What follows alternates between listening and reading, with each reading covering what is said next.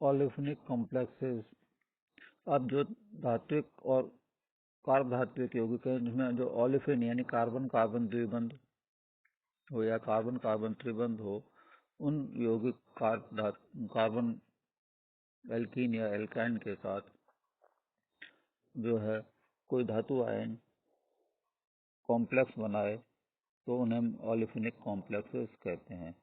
और वह बंधन जो है वो उस कार्बन कार्बन द्विबंध से होगा या कार्बन कार्बन त्रिबंध से होगा। तो यहाँ पे हम केवल सामान्यतः कार्बन कार्बन द्विबंध जो है, जो एल्कीन टाइप के प्रकार के बंध हैं, उनके बारे में देखेंगे। सबसे पहले जैसे लवण का निर्माण हुआ था, जिसमें ओलेफिन में प्लेटिनम के क्लोराइड और एल्कीन जो है उसको काम में लेकर यहाँ पर जिस लवण का निर्माण किया था, जिसमें जो प्लेटिनम जो है वह 3 क्लोरो समूह से और 1 एल्किन समूह से जुड़ा हुआ है। और यह वर्गाकार समतलीय संरचना है, जिसमें कि 3 क्लोरो समूह जो है वह चारों समूह जो है एक तल में है, लेकिन इन 3 क्लोरो के जो बंधन है, इसके लंबवत बंधन जो है कार्बन कार्बन द्विबंध से होता है। यानी एक CH2 समूह जो इस तल के ऊपर है और एक CH2 समूह जो है वह तल के नीचे होता है। यानी केवल जो द्विबंध है उसके साथ ही प्लेटिनम का बंध है, और लेकिन कार्बन कार्बन की स्थिति जो है वो तल के लंबवत है। तो यह एक संरचना विशेष प्रकार की इसमें बनती है, जिसमें मोनो ओलेफिनिक एक उपसहसंयोजी स्थिति को एक द्विदंतुक लिगेंड की भांति ग्रहण करता है। तो यहाँ पे विभिन्न प्रकार के बंध हो सकते हैं, जिनमें जो है मोनो ओलेफिनिक यानी केवल एथीन है, तो एक उपसहसंयोजी स्थिति में एक दंतुक लिगेंड की भांति भी ये कार्य कर सकता है। और द्विदंतुक लिगेंड का मतलब ये है कि दोनों कार्बन के साथ जो है ये बंध का निर्माण, यदि नॉन कॉन्जुगेटेड द्विबंध वाली पॉलीओलेफिन है, तो प्रत्येक कार्बन कार्बन जो बंध है वह स्वतंत्र दाता के रूप में कार्य करेगा, और दोनों ही कार्बन कार्बन द्विबंध वो बंध निर्माण कर सकते हैं। इसी तरीके से यदि 2 से ज्यादा भी कार्बन कार्बन द्विबंध हैं, तो ये विभिन्न प्रकार के जो है दाता पर होंगे, और जो कि जो कई प्रकार के बंध उस धातु के आयन के साथ बना सकते हैं। यानी हर एक कार्बन कार्बन द्विबंध है वह स्वतंत्र दाता के रूप में कार्य करेगा, जैसा नीचे इन संरचनाओं के आधार पर बताया गया। जैसे ए संरचना है वो एक दंतुक संरचना है, जो कि धातु के साथ बंधन निर्माण करती है। इसी तरीके से ये एक डाइन है, जिसमें कि 2 द्विबंध हैं और दोनों ही स्वतंत्र बाइडेंटेड लिगेंड की भांति कार्य कर रहे हैं। तीसरी जो सी प्रकार की संरचना है, यह एक संतृप्त है,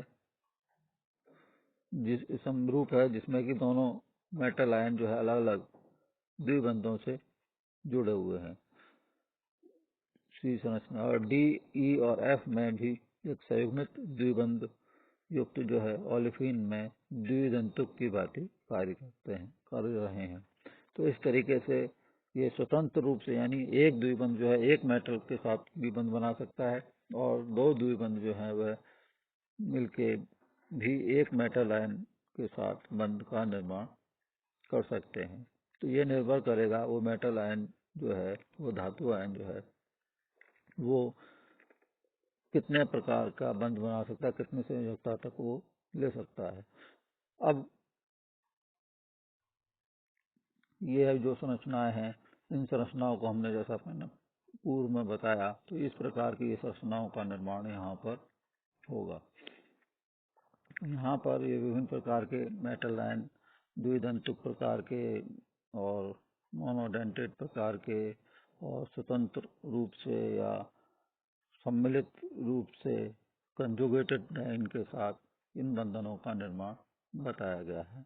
और जैसे लवण की संरचना भी दर्शाई गई है, जिसमें कि प्लेटिनियम और क्लोरो समूह के जो एक तल में है और द्विबंध लंबवत हो जाता है और कार्बन कार्बन एक दूसरे से तल के ऊपर या तल के नीचे की तरफ स्थित होंगे।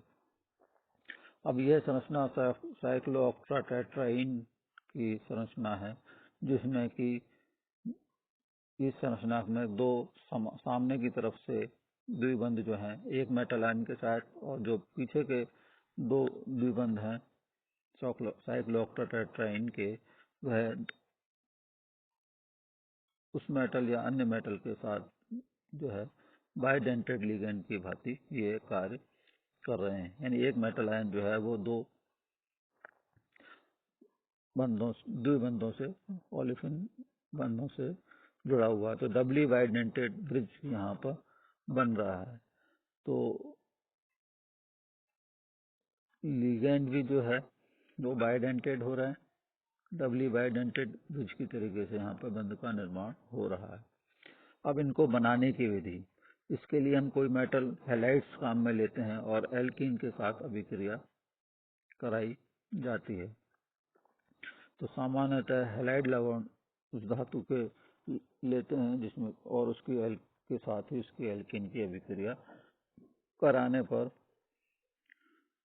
जो है उसमें से हैलाइड निकलते जाएंगे और एल्कीन उसमें ऐड होते जाएंगे।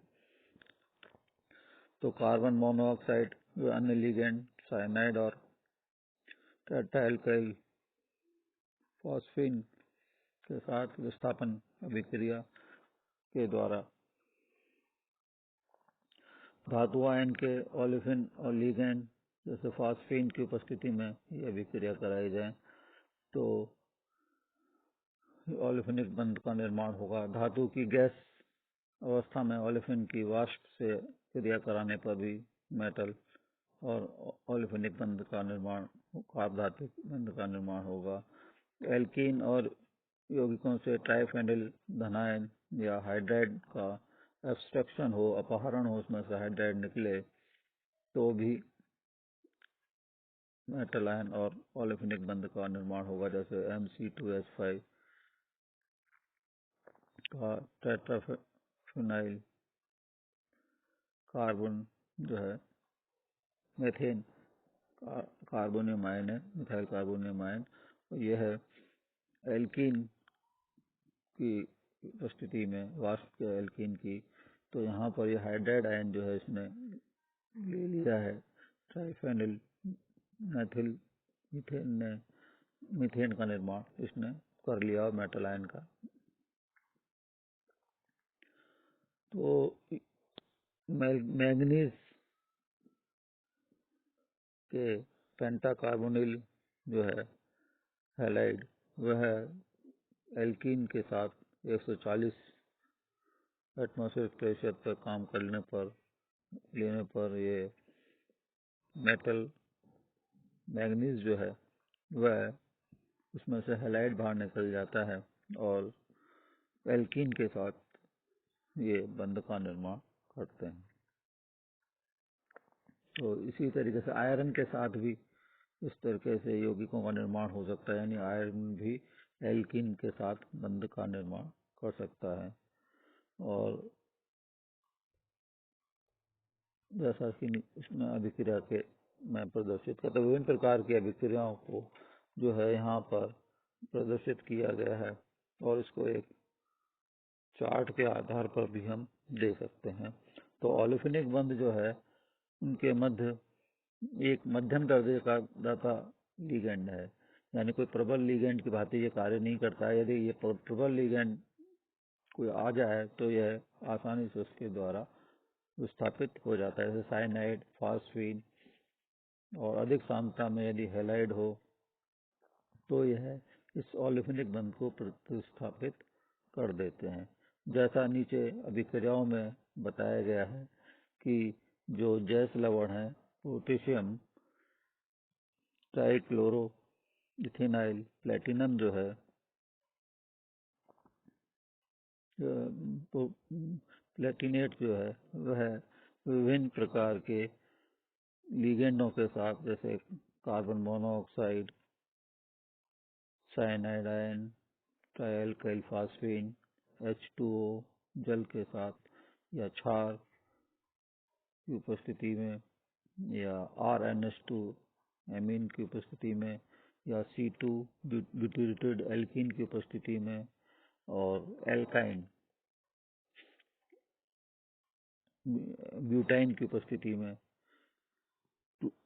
ब्यूटाइन की उपस्थिति में अभिक्रिया कराई जाए, तो यहाँ पे हम ये देख रहे हैं कि इसमें से जो एल्कीन है, कार्बन कार्बन द्विबंध की एथीन है, वह प्रतिस्थापित हो गई है। तो इस तरीके से इन अभिक्रियाओं को समझा जा सकता है, यानी एक विस्थापन प्रकार की अभिक्रियाओं को प्रबल लिगेंड की उपस्थिति में बहुत अधिक आसानी से जो है विस्थापित हो जाती हैं। और दूसरे विभिन्न प्रकार के कार्बधातुक यौगिकों का निर्माण इनके द्वारा किया जा सकता है, जो कि प्रबल लिगेंड हैं, उनके बनने वाले कार्बधातुक यौगिकों का निर्माण इसमें किया और आसानी से किया जा सकता है।